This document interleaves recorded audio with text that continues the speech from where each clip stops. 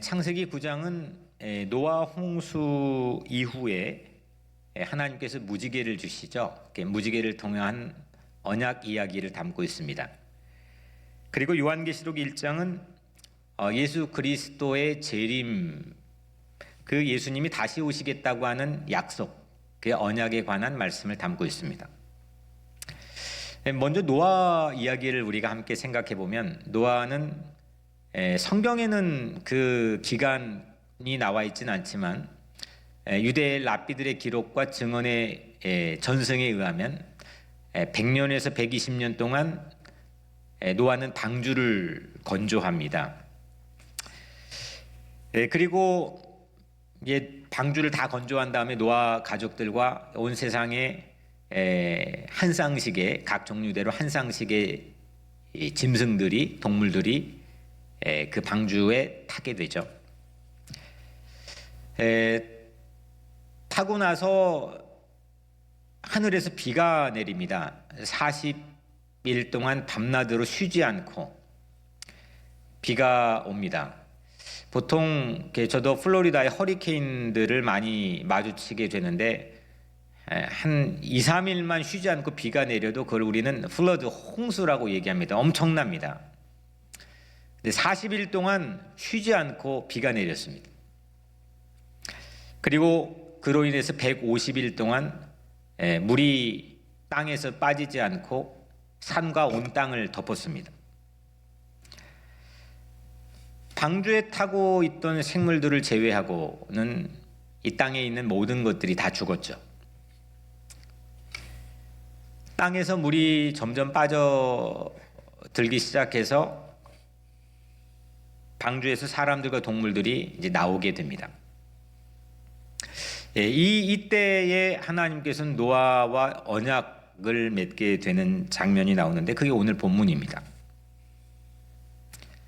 하나님께서는 살아있는 것과 영원한 언약의 표를 노아에게 주시죠.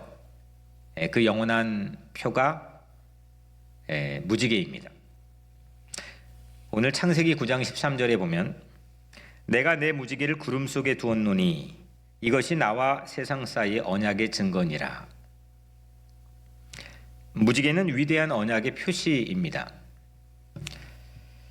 그런데 저는 여기에서 지금껏 수없이 본문을 읽고 또 듣고 말씀을 전해왔지만, 주로 제 눈은 무지개에 주목해왔던 것 같습니다. 이번에 처음 무지개의 위치가 어디인지를 주목해서 볼 기회를 얻었습니다. 무지개는 구름 속에 두셨습니다. 물론 제가 수년 전에도 먹구름에 대해서 이야기를 하긴 했지만, 이 구름이 가지고 있는 의미에 대해서 말한 적은 한 번도 있지 않았습니다. 14절에 내가 구름으로 땅을 덮을 때에 무지개가 구름 속에 나타나면, 그 땅을 구름으로 덮을 때에 구름 사이에 무지개를 걸어두신다고 하나님께서 약속하셨는데, 이게 언약입니다. 그래서 무지개는 구름과 늘 함께 합니다. 16절에 무지개가 구름 사이에 있으리니, 무지개가 구름 사이에 있으리니까 구름 없는 무지개는 그 언약 안에서는 없는 거죠. 실제로 자연현상에서도 구름 없는, 비가 없는 무지개는 존재하지 않는 겁니다. 공교롭게도 오늘 창세기 9장의 이 구름이 성경 안에서 언약이 있을 때마다 공교롭게도 등장하고 있습니다. 먼저 예수님이 승천 장면입니다. 사도행전 1장 9절 말씀에 그들이 보는데 올려져 가시니 구름이 그를 가리어 보이지 않게 하더라. 예수님이 부활하신 다음에 40일 동안 이 땅에 계시고 하늘로 승천하시죠. 근데 제자들이 그 하늘로 승천하신 장면을 보는데, 예수님이 점점점 보이지 않는 쉐이딩이 일어나는 그 순간에 구름이 그 그를 가려서 보이지 않게 되었더라 장면입니다. 예수님이 승천하실 때도 구름이 함께 있었죠. 또 예수님의 재림 언약에서도 구름이 나옵니다. 요한계시록 1장 7절 우리 같이 오늘 읽은 말씀인데, 볼지어다 그가 구름을 타고 오시리라. 예수님이 구름을 타고 오신다는 겁니다. 이 재림에 대한 아주 중요한 약속, 언약이죠. 이 셋 모두 다 오늘 무지개를 구름 속에 걸어두시는 언약, 또 승천하시며 다시 오시겠다고 약속하신 언약, 또 재림하시는 이 장면에 대한 언약, 이 세 가지 모두 다 아주 결정적인 분기점이 이루어지는 사건입니다. 그러니까 전과 후, before, after가 전혀 달라지는 장면입니다. 홍수 전후가 그랬죠. 홍수는 우리가 당연히 알고 있는 것처럼 전과 후가 완전 다른 상황이 펼쳐집니다. 예수님의 승천 뒤에도 전혀 달라지죠. 예수님의 승천 뒤에 처음 이 땅에 교회라는 공동체가 처음 생겨났습니다. 재림의 전후도 물론 마찬가지로 우리가 그렇게 대망하는 영원한 천국, 영원한 하나님의 나라가 실현되고 펼쳐지는 장면이 나옵니다. 전과 후가 완전히 달라지는 그런 결정적인 분기점에 이 구름과 또 하나님의 언약의 이 주역이 함께 등장하고 있다는 겁니다. 그때마다 구름이 빠지지 않았습니다. 구름이 무엇이길래, 구름이 도대체 뭐길래 무지개, 승천예수, 재림예수 여기에 빠지지 않는 것일까? 이게 오늘 제 마음속에 첫 번째 일어났던 본문이 우리에게 제공해 줬던 질문입니다. 중요한 분기점을 만든 이 언약마다 구름은 빠지지 않는 이유가 무엇일까? 왜 구름이 나타났을까? 코로나 시대를 우리는 지나고 있는데, 이 코로나 시대도 우리가 어떻게 아무리 전문가들이 예측한다고 해서 그게 얼마나 이게 정확한 이 적중률의 확률을 나타나겠습니까? 누구도 예측이 불가능한 시대지만 한 가지 분명한 건 이 코로나는 중요한 결정적인 분기점은 될 겁니다. 이전에 살아왔던 패턴 가지고는 앞으로 살지 못합니다.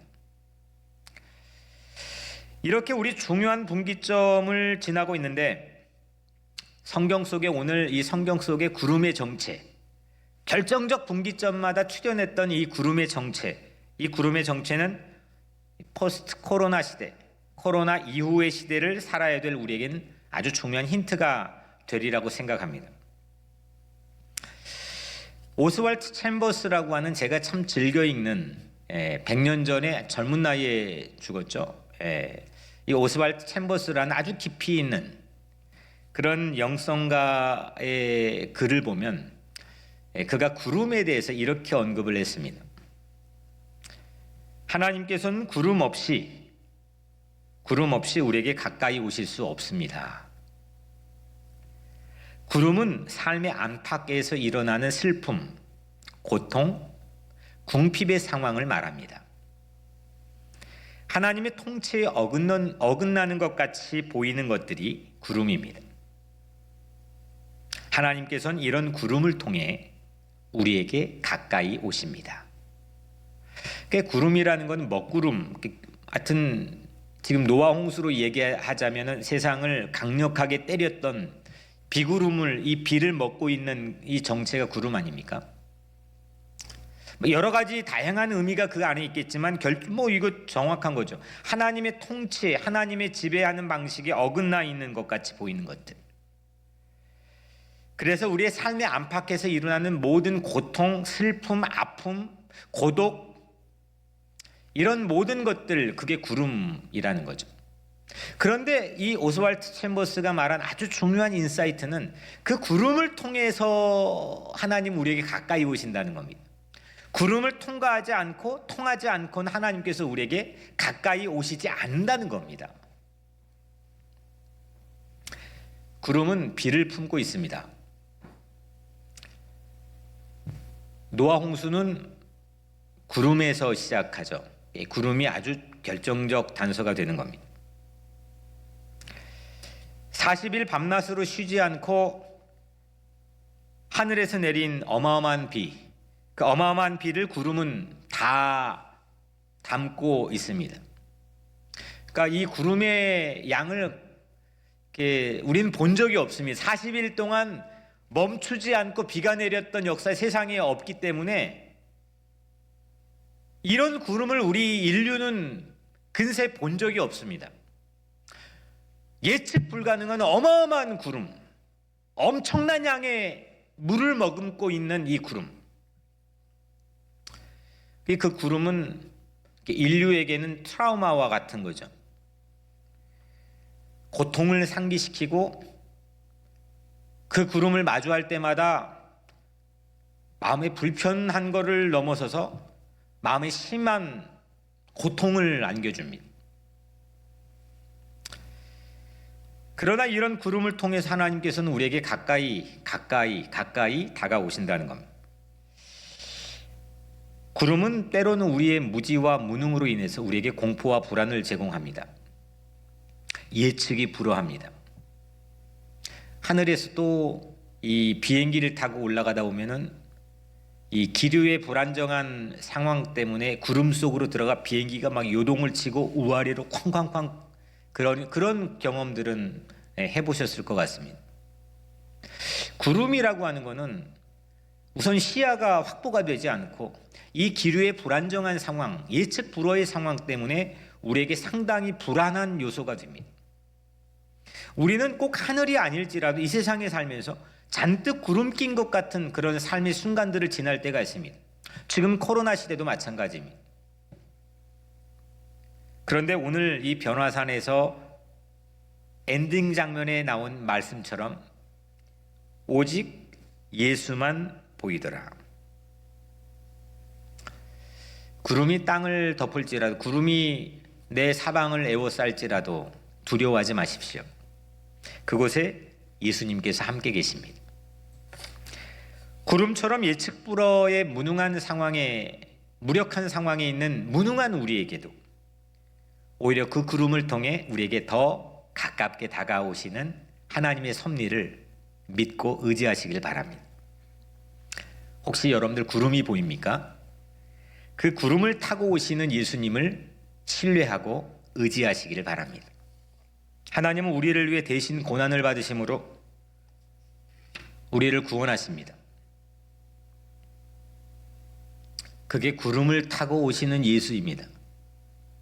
청명한 하늘에 누구나 예측 가능한 환상적인 판타스틱한 하늘에서 짠하고 나타나신 재림이수가 아니라 우리에게 생채기를 냈고 우리에게 불안과 공포를 조장했던 우리의 삶의 부산물인, 하나님을 떠나 살았던 우리 삶의 부산물인 이 구름을 타고 오시는 예수.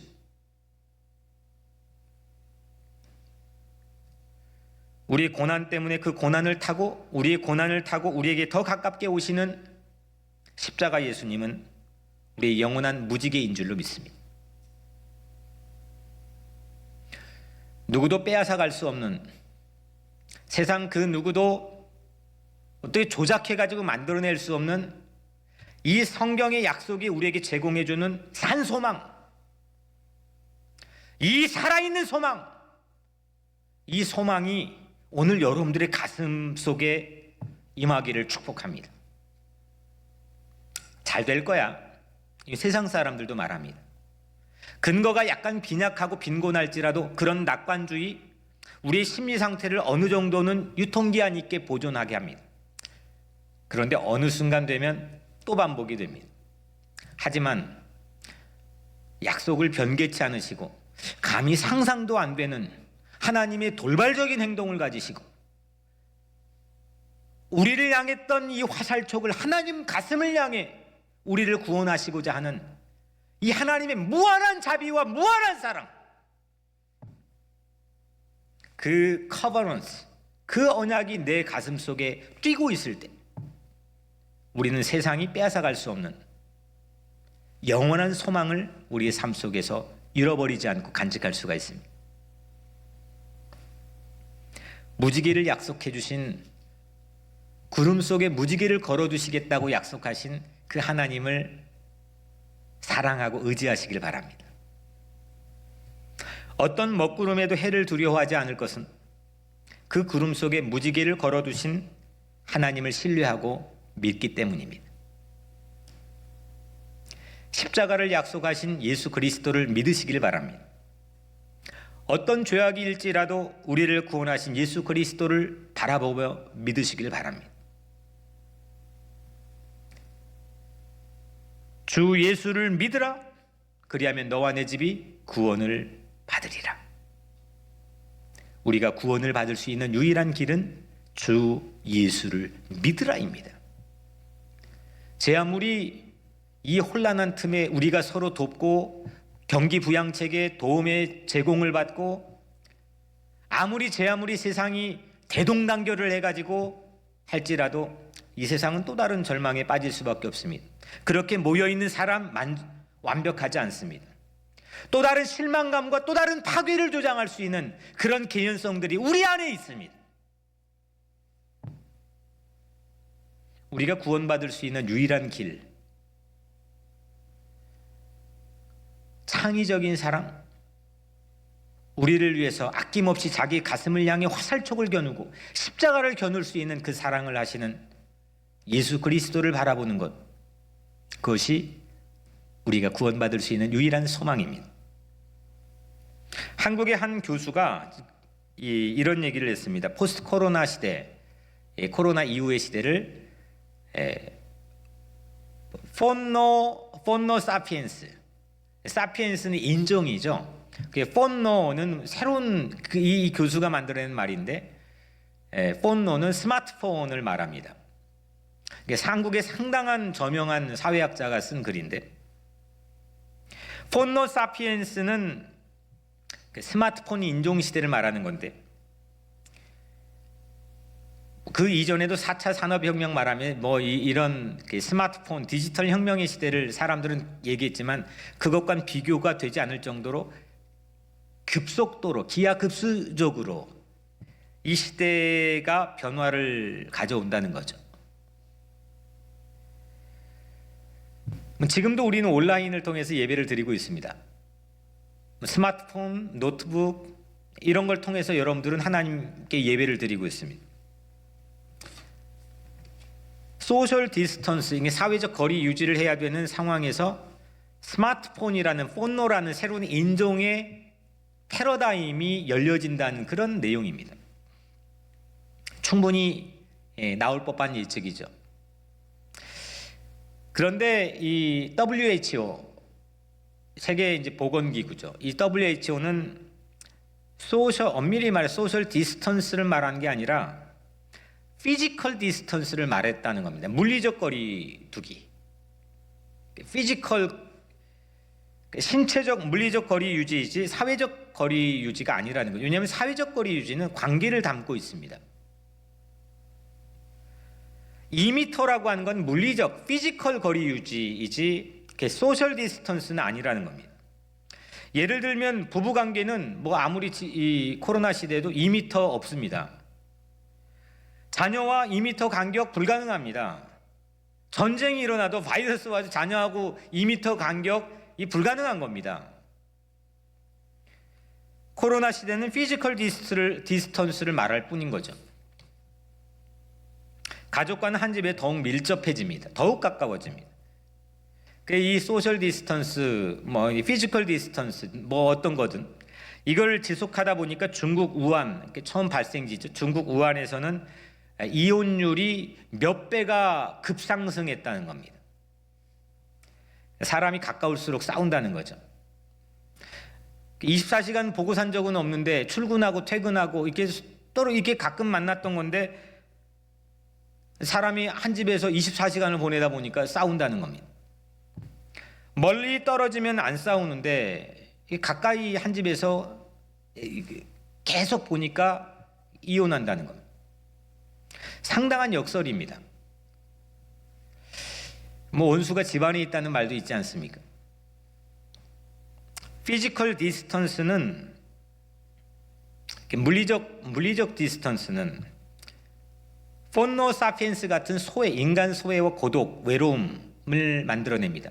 만날 수가 없기 때문에 소셜 디스턴스도 이렇게 관계를 파괴합니다. 여러분들 전 세계적으로 이 코로나를 가장 잘 대처한 나라가 어디입니까? 우리의 조국 코리아입니다. 코로나를 가장 잘 대비하고 대처하고 대응했던 나라가 코리아입니다. 노아가 방주를 지어서 홍수 시대 한복판에서 생존하고 잘 대응했던 유일한 패밀리인 것처럼 우리 조국 코리아가 전 세계 주목을 받고 있습니다. 상당히 자긍심을 갖게 만들어줍니다. 그런데 코로나 시대와 코로나 이후의 시대의 대처는 전혀 다른 겁니다. 한국의 이 지도층 인사가 그런 말을 했더니 이제부터 코로나 이후의 시대에 우리가 하는 길에 전 세계가 따라올 겁니다. 어제 그런 성명도 발표했던데,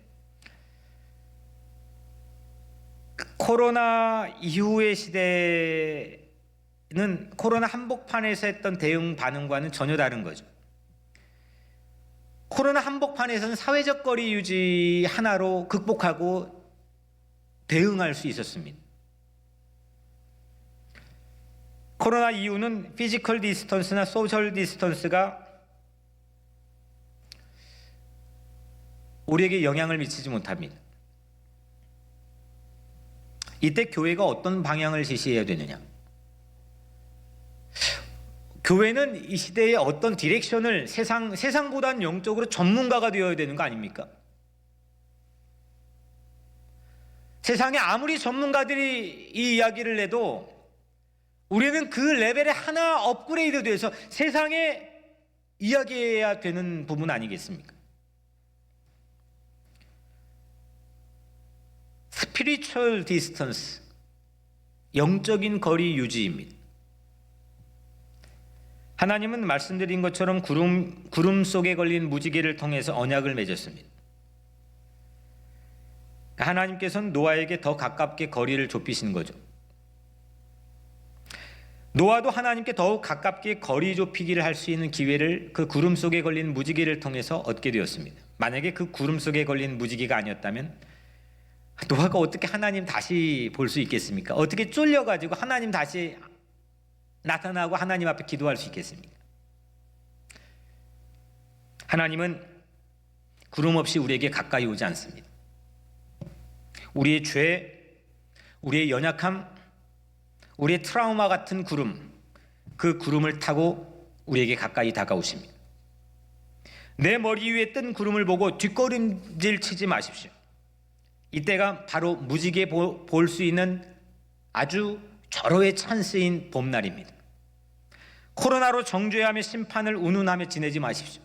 혹자 어떤 목사들은 코로나를 이야기하면서 다 지금 이 고통받고 있는 이웃들을 바라보고 이건 심판받았고 정죄하고 자기 모습을 성찰하는 게 훨씬 빠를 겁니다. 코로나 구름 사이로 떠오를 무지개를 바라보십시오. 세상이 흉흉해도 절망하지 마십시오. 구름에서 오직 주님만 바라보십시오. 코로나 속에서 오직 예수만 보이더라. 이것이 여러분들 각자의 스토리가 되기를 주의 이름으로 간절히 축원합니다. 이것이 우리의 영원한 언약이고 희망이 될 것이고 사회적인 시대적인 대안이 될 것입니다. 활의 방향을 바꾸어 늘 자신의 가슴으로 돌려 우리의 고통을 대신 짊어지시는 하나님의 사랑을 바라보십시오. Never again. 다시 언약을 붙잡으십시오. 내 고난을 타고 오시는, 내 고난을, 내 슬픔을, 내 불안을 타고 내게 오시는, 내 죄를 타고 내게 오시는 예수 그리스도의 사랑의 언약을 바라보십시오. 예수를 믿으십시오. 예수를 바라보시고 예수를 의지하십시오. 오직 예수가 희망입니다. 청명한 하늘이 아니라 구름 낀 하늘이야말로 주님이 구름 타고 오시는 그런 날인 줄로 믿습니다. 고난에 좌절하지 마십시오.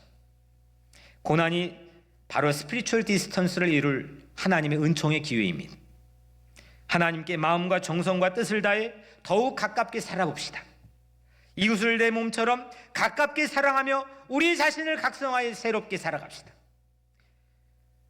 사랑이, 바로 그 사랑이 포스트 코로나의 유일한 살 길이지 않겠습니까?